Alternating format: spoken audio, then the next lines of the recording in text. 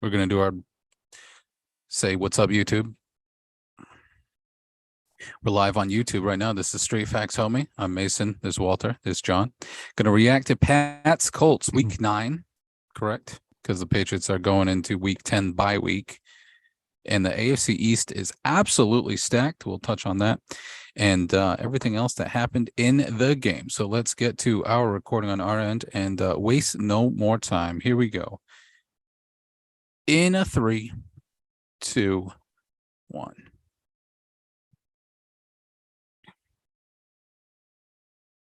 Welcome back in, ladies and gentlemen, into the one and only Straight Facts, homie, an NFL football show coming your way for the next 60 minutes, live streaming on YouTube for the first segment. The first quarter, you can find us, Straight Facts, homie, on YouTube, on Google, just Google Straight Facts, homie. You will find us in some form or fashion on Facebook, Twitter, everywhere else. I'm Mason Souza. There's Walter Spina and John Lyons, as usual. The Patriots have beat up on the Colts 26-3. We'll touch on them to start the show. Everything else week 9 we'll do in quarter number 2 and go on quarter number 3 panic meter, as we're basically halfway through the season for everybody. What good team that was supposed to be in the Super Bowl is failing to do so. We'll touch on those teams and more, and then our picks, take them to the big picks. But right now, let's spare no more time. Walter, let's begin with you. The Patriots destroyed the Colts. It took a little bit to get to it, but then they took over. Your biggest takeaway in Pats beating the Colts? Yeah, it's funny. I'm listening to your intro and I'm getting word in my ear that Sam Ehlinger has been sacked again by the Patriots. And that was pretty much the theme of today, was the Colts offense being non-existent and the Patriots defense, looking maybe a little bit better because of how incompetent the Colts offense was and their ability to just beat the pressure of the Colts offensive line, who I had thought had one of the more decent offensive lines in the game. Jonathan Taylor had such a good rushing attack last year, and for a decent part of this year, maybe a little bit underwhelming, but the Patriots' ability to build up a defensive game plan to get to Sam Ehlinger and make him look, I don't even think uncomfortable is the word, whatever word you can figure out that, is worse than uncomfortable. You figure out a word, or if John has one, tweet us, whatever word is worse than uncomfortable. But that's what they did to Sam Ehlinger, getting to him 9 times for a loss of 60 yards. I think he, between the sacks and the passing yards, the net passing yards, I think was 43 for Sam Ehlinger today. So Pat's defense getting the job done, doing what they need to do. Again, it's kind of the Colts' incompetence with Sam Ehlinger being under center, Jonathan Taylor not being in the lineup. It was kind of like that game where we saw a couple weeks ago. You played the Lions, you played the Browns.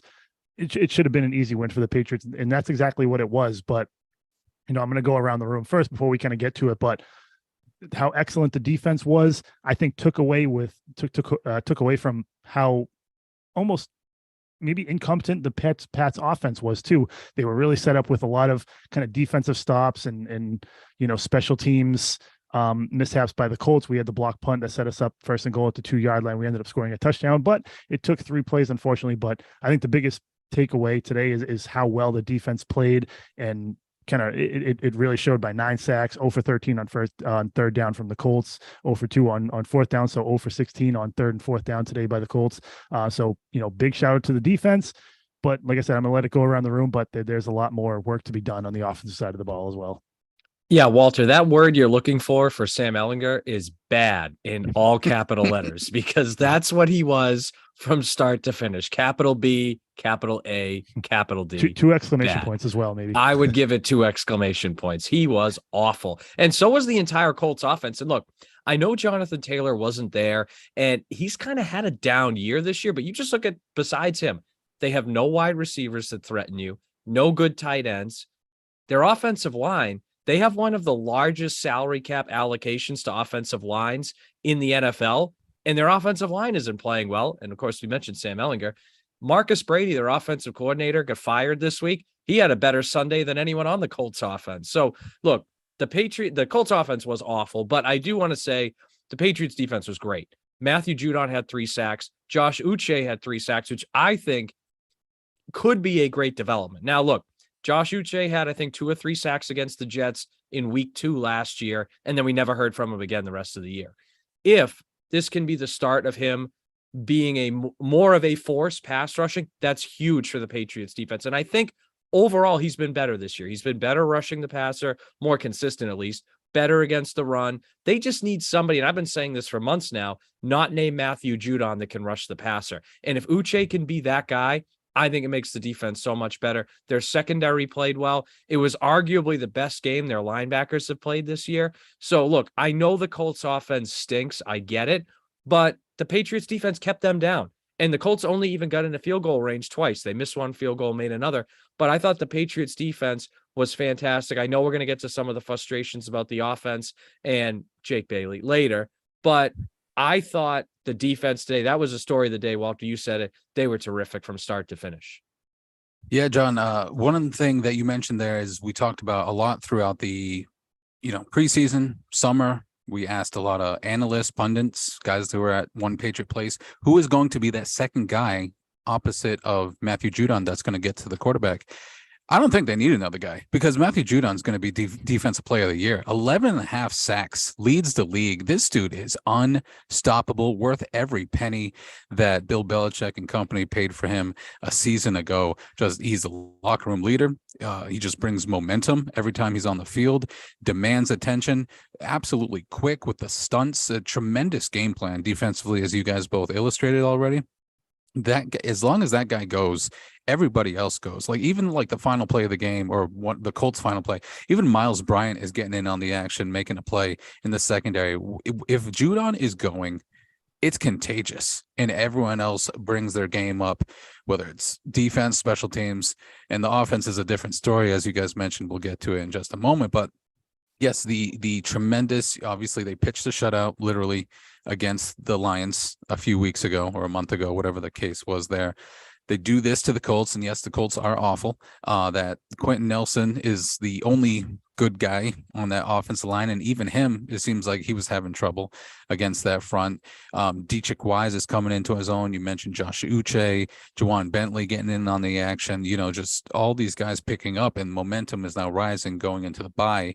And if you look at the AFC East, don't look now, but look now. What an absolutely stacked division with the Jets beating the Bills. The Dolphins beat the Bears just barely. Now the Patriots at 5-4. All four teams have at least 5 wins. So it's absolutely incredible. And it's anyone's division, which is shocking, which I would never imagine saying that through 9 weeks. Tremendous game from Judon, the defense. And that's really the story here. If you can get a clean game from Mac Jones, which is what you got today, and the defense continues to get pressure, get to the quarterback, Judon stays healthy. And bear in mind, this kind of happened last year as well. In Judon's first year, he came out with a man on fire, not as hot as he has been so far this year in the 2022 season.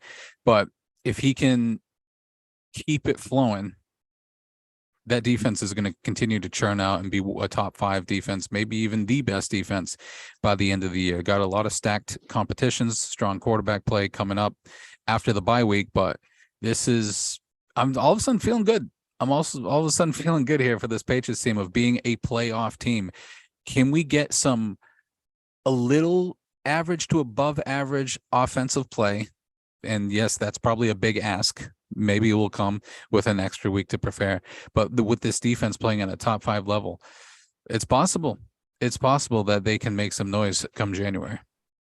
Yeah, and I think it's key that you're saying, you're kind of echoing similar comments to around this time last year, where we're talking about a possibility of defensive player of the year for Matt Judon with his, double-digit sacks. Last year, he got the COVID bug, which the Patriots kind of never revealed, and we were left wondering why he kind of fell off a cliff for the final weeks of the season. And it kind of plays into this year too, where we hit that tough stretch last year during the last 2 months of the season, and after the bye, we're going to hit that tough stretch again. We got the Jets, we've got the Vikings on Thanksgiving Day. They're 7-1. Some people may still have their opinions about them, but they're 7-1 nonetheless. We've got the Bills twice after the bye, so. I don't expect Matt Judon to get COVID again, but if he can keep up this same production, it may kind of dwindle a little bit because he's going to be playing some better offensive lines moving forward. But again, if he can stay healthy, he is kind of the heart that makes the defense tick, and it starts with him. If he can get pressure on the quarterback, it helps out the linebackers if he's forcing the quarterbacks out of the pocket, and if he's got to force quick throws, it helps the secondary a little bit. So he's got to stay healthy the rest of the way. But again, I think the Patriots have like the second hardest strength of schedule remaining the rest of the way. So again, we'll have to see how things go. But Matt Judon makes the defense go, and as long as he's staying healthy, it makes the defense go. But I think the main concern going forward is still the offense. I mean, you look what they did today against the Indianapolis Colts. Like I said, you had favorable starting position due to punts and special teams errors that, like I said, set you up first and goal at the 2, and it still took you 3 plays. And I know Damian Harris wasn't playing today, so you're trying to run in between tackles with a 5'7", probably 150-pound running back. It's not going to work. And then you're going backwards. And then another thing to discuss is, despite how well we looked on defense, getting to Sam Ehlinger 9 times, we still had more negative plays, believe it or not, than the Colts did today. I think the final tally was 11 negative plays for us and 8 negative plays for them. So, we're missing guys too, and obviously so are they. But there's cause for concern because we're supposed to be doing things well at this point in the season. This was that game where, okay, take advantage of what the Colts are missing. You play well defensively. This is your game to put it together, kind of open up the playbook. You're up by 2-3 scores, make things happen. And it still looked like, week 3 of the preseason, like you're still trying to get your feet under you. And it's like the Patriots offense still doesn't have an identity. Mac Jones is kind of tucking, trying to run. He got sacked 4 times total. I believe most of that came in the first half, and then they kind of got their feet under them a little bit in the second half. So there's still, to me, tons of questions on the offense. Your defense can only carry you so much before the offense and whatever they're trying to game plan has to kind of carry you. And that for me, that's still a major cause of concern. Yeah, look, I think the bye week comes at a great time for the Patriots because the defense is playing well and they can work on continuing that. But the offense has a lot of cleaning up to do.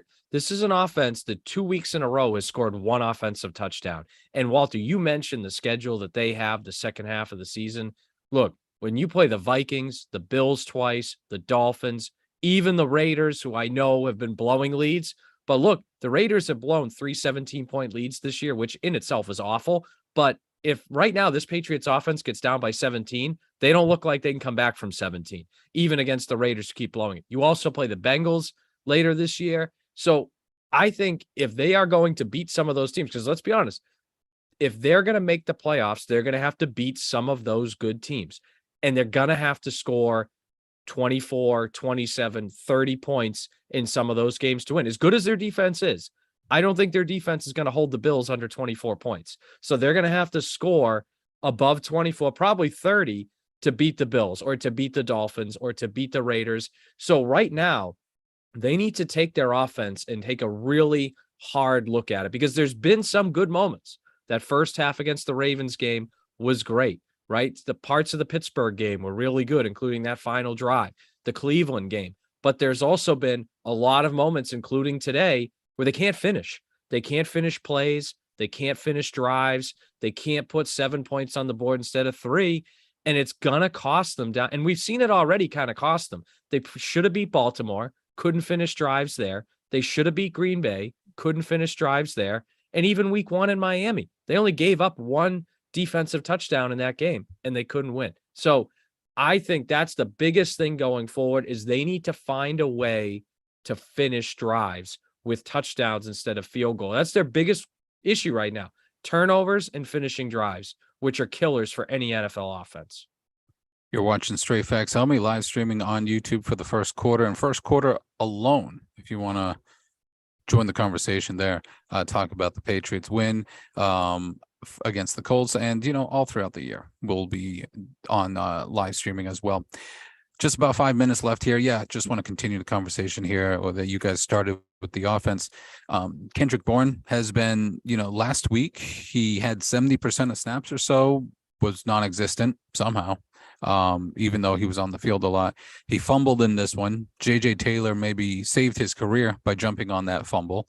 So I guess no harm, no foul, but obviously Bill Belichick won't see that as the case in the film study. You put the ball on the ground.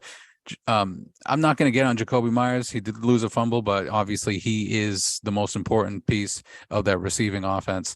And finally, Hunter Henry and Jonnu Smith getting alive a little bit. It seems like, that is the missing piece to get this offense kind of competent here. I think the biggest play for the Patriots was Hunter Henry up the seam for 20 yards, and Smith maybe was second on a quick tight end screen. And he needs to be used a lot more. He has quickness. He runs with power. I'm talking about Jonnu Smith here. And obviously, we remember how dreadful his year was last season. It just needs, he seems like he's ready to redeem himself, get him the ball more, and, do those tight end screens and see what he can do when you need some kind of momentum. And, a lot of times this year when, his number's called, he's picked up 10, 15 yards, and then you can move on from there. So it's still a lot of inconsistency with that offense. Mac Jones throwing the ball at receivers' feet, Tyquan Thornton with a deep drag or slant, I should say, at his feet. I saw, even though he was 20 of 30, 67% solid, but still plays out there to be made on the offense. And, Walter, you brought it up about, they get the ball first and goal after that punt, and 2 runs get blown up. And then obviously you get, I'm sorry, I'm actually thinking of previous in the game, but anyway, it still took a few plays and a great one-handed catch from Stevenson to get that first touchdown. So John, to reiterate your point, the bye comes at a perfect time to let's focus on this offense. Let's take advantage when opportunities are given. The special teams helps us out. The defense gets a fumble recovery at midfield. Let's turn it into a touchdown, not go kind of 4 and out. And then we got a Nick Folk 45-yard field goal, which Nick Folk has been tremendous. But yes, when you're facing the Bills, the Vikings, the Bengals, you need touchdowns, not field goals. And that's going to hurt you in the end if you don't figure it out on offense. Yeah, and you talk about going into the bye. They didn't have Devontae Parker today. They didn't have him last week either. Got injured on the first play of the game. So Kendrick Bourne getting the start today. He's getting in the lineup. I mean, he had only 4 targets, 3 catches for only 11 yards. But I think as a whole, you got to give credit to the Indianapolis Colts defense. We know they were a good defense coming in, and we knew things were going to be tough. And again, it helped that our defense put our offense in favorable positions with field position. Again, like I said, after the punt, first and goal to 2. So you get in very favorable position with the way your defense was playing. But again, credit to the Colts defense. They did as much as they could, but you can only do so much when your offense is doing what they did today, which was I wouldn't even say nothing. They were a net negative, and like I said, your defense with the positions they were put in, they did all they could. 4 sacks of Mac Jones. Mac Jones, you look at the numbers, but when you see the film, you think they rush Mac Jones a couple times, and to me, it almost seems like Mac Jones kind of locks onto his first target. If it's not there, he may go to his second target, and not if that's not there either, he'll try to tuck the ball and run upfield, which ultimately sometimes it works. But again, today against a very fast Colts defense, it's not going to work. So, heading into the bye, you want to get guys like Parker healthy, Nelson Aguilar healthy. Now, they may not be like number 1 options, like a guy like DeAndre Hopkins or Jamar Chase, but if you have all these kind of, second options healthy, it provides a lot of weapons for Mac Jones. And going into the bye, coming out of the bye, like I believe that what's the next game against the New York Jets after the bye? Yep. So you a team you've already beaten on the road, they're coming to Gillette. You come out of the bye, you've got all these weapons healthy. Like the offense should, in my opinion, should open up a little more with all the weapons. You can kind of open up the play calling based on personnel, this and that. You should have Damian Harris back. You can go a lot of kind of 2 running back sets, whatever you want. So I expect the offense to open up. You get the defense healthy, continue playing the way they've been to put you in favorable positions. So with the tough schedule, you're going to need the offense to take a step forward to really prove that you're a playoff team, because you've got the AFC East. If you look at the standings, all 4 teams are over 500, and you're still sitting in last place right now. So you're going to need a boost on what we could all agree on is the offensive side of the ball to put up some points. Defense, get a couple stops, maybe a couple turnovers to put your offense in favorable positions, because you're going to need it going into the last month and a half of the season to not only have a chance at the AFC East, but ultimately as a spot in the wild card in the AFC. Yeah, and the last thing for me that I want to give a shout out for is Jonathan Jones. I mean, this is a guy that Coming into the year, we always looked at as one of the best slot corners in the NFL. They moved him to outside corner, and he's been really good. He's been one of kind of the next in line of those great Patriot outside cornerbacks. And he had a couple times against Green Bay. He got beat. He hasn't been perfect, but he's been really good. He had the pick six today. He also had the block punt on special teams. He's been playing great. And that, to me, the biggest thing about their defense has been Matthew Judon and the pass rush, biggest positive. The close number two, though, is how well Jonathan Jones has played, because that has made such a difference for them at outside corner. And again, we talked about the offense going forward after the bye week. They're going to need Jonathan Jones to continue playing well, because when you look at some of the receivers they're facing, starting with the Jets and Garrett Wilson, but then Justin Jefferson on the Vikings, the Bills feels like they have three different guys you can put in that category, led by Stephon Diggs, Devontae Adams on the Raiders. It goes on and on. They're going to need him in that secondary to continue to play well, and he's been great so far. Yeah, good pull there. John Jones definitely gets credit for that tremendous game. Two game-breaking plays. Obviously, the interception return was at the end of the game, icing on the cake there, but that punt block play of the game, absolutely. Some couple final things here. 9 sacks, as you guys both mentioned, ties a franchise record for the Patriots. And how could we forget the Colts? 0-16 on both third and fourth down. Absolutely dreadful, tremendous for the Patriots defense, and they'll take that into the bye week, get some momentum, and get even better from there. There you go. That's Patriots and Colts talk. Thank you for watching on YouTube, and for everyone else on TCAM TV, Vimeo, everywhere else. Let's move on. Quarter number 2, Straight Facts Only.